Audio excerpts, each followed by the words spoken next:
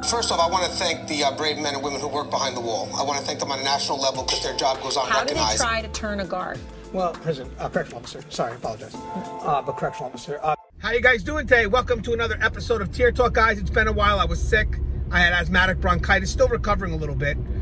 But with that said, it just hit me right when the channel was moving forward. We're getting some online courses going. And God said, hey, you need to rest. I didn't listen, and he hit me.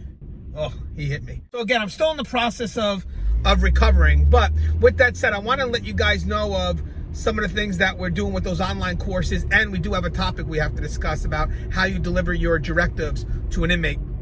Basically, how do you reinforce that level of authority? But real quick, guys, so I do have some online content that is available. It's going to be available at Academy Hour. The link is in the description. I want you to check it out. They have a lot of good stuff there. It's a lot of good online courses for law enforcement and first responders. Not only do they provide online courses, but they also provide on-site training. I'm just honored to be a part of this.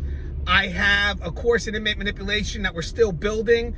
I need a few more videos, but again, we're on a little bit of a stop until I got better. But I believe there's a Corrections 101 and beyond. I'm involved in that.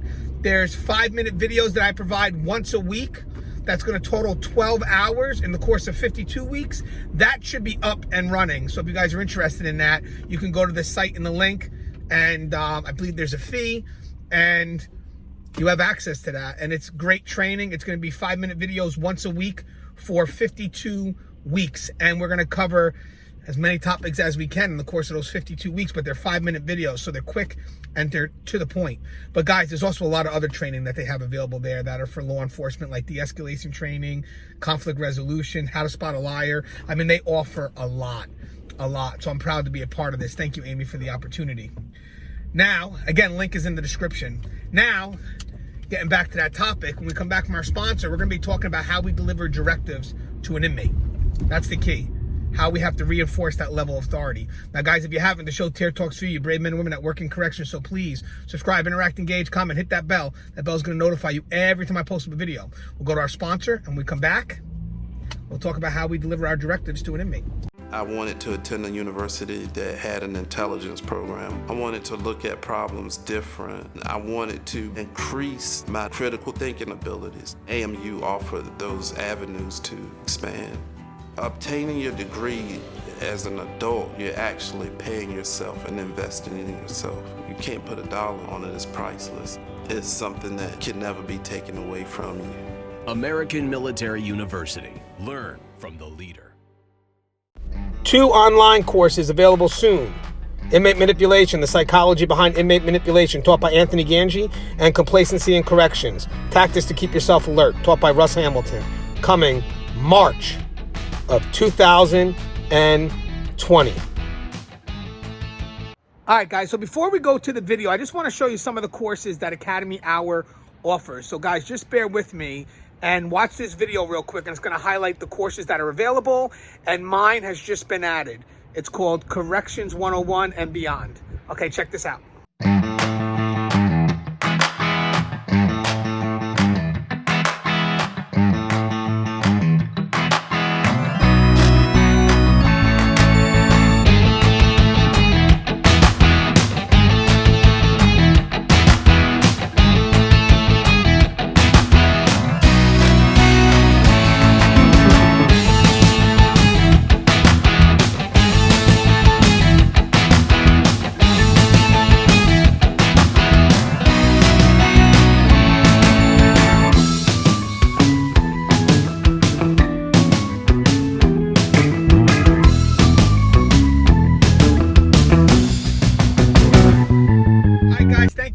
To our sponsor. So again, also thank you for being patient. It's been a week. This asthmatic bronchitis, it takes the wind out of you, and they gave me like multiple medications, steroids, antibiotics, inhalers. I just got to get on these inhalers more. That's my fault. I'd be having these asthma attacks and trying to fight through it. But having said that, So I've been working on this inmate manipulation course, and there's certain things that as I go over the course, I'm like, hey, you know what?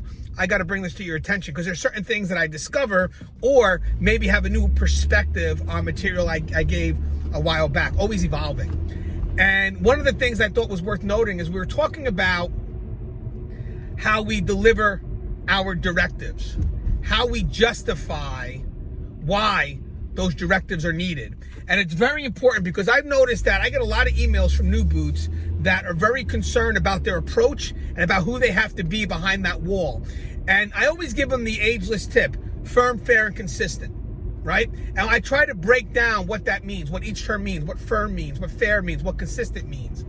But a lot of them are concerned about being firm. And what I mean by that is some of them are young, and they feel that because they're young, they won't be as respected as much. And I mean, there could be some to that, but I always thought this: if you come off firm, if you come off believing in what you do and the role that you need to play, your body language is going to carry that, and you're going to reinforce that level of authority. But inmates are going to do what they can to make you hesitant.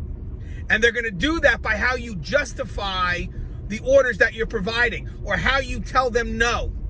If there's a moment of weakness in that delivery, they will pounce, and they will start making you doubt your directive or your no. And we can't allow that to happen. So in the videos of the past, I used to say the justification matters on where the justification comes from. Now, mind you, you don't have to justify anything to an inmate. You give an order, it's the order, it's done. I told you no, it's done. But with that said, it also matters how we justify it to ourselves.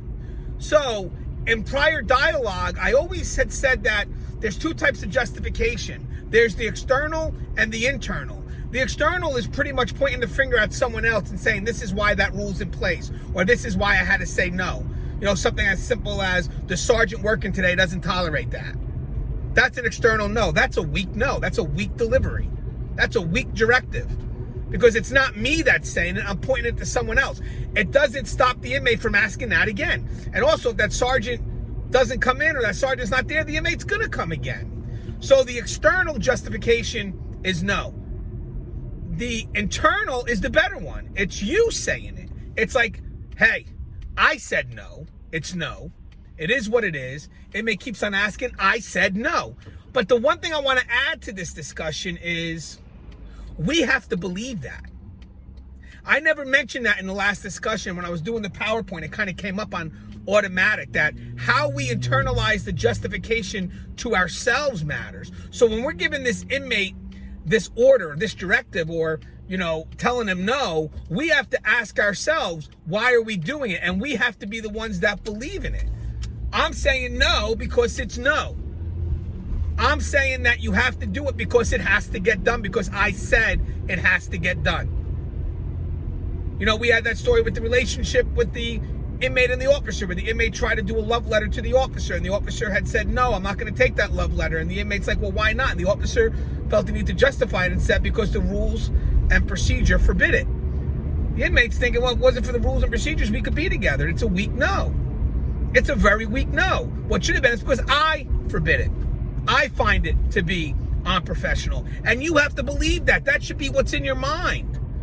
What's in your mind is when an inmate's trying to push that type of relationship, it's you that forbids it, because it's a reminder of your role. And also, guys, when you have that level of authority, that internal belief that I have this level of authority, that needs to come off in not just how you act, but how you give that directive. And if at any time there's a level of weakness, you're going to lose that level of authority. Inmates are going to see it, because it's going to be subtle, but they're going to see it, and they're going to make you weak.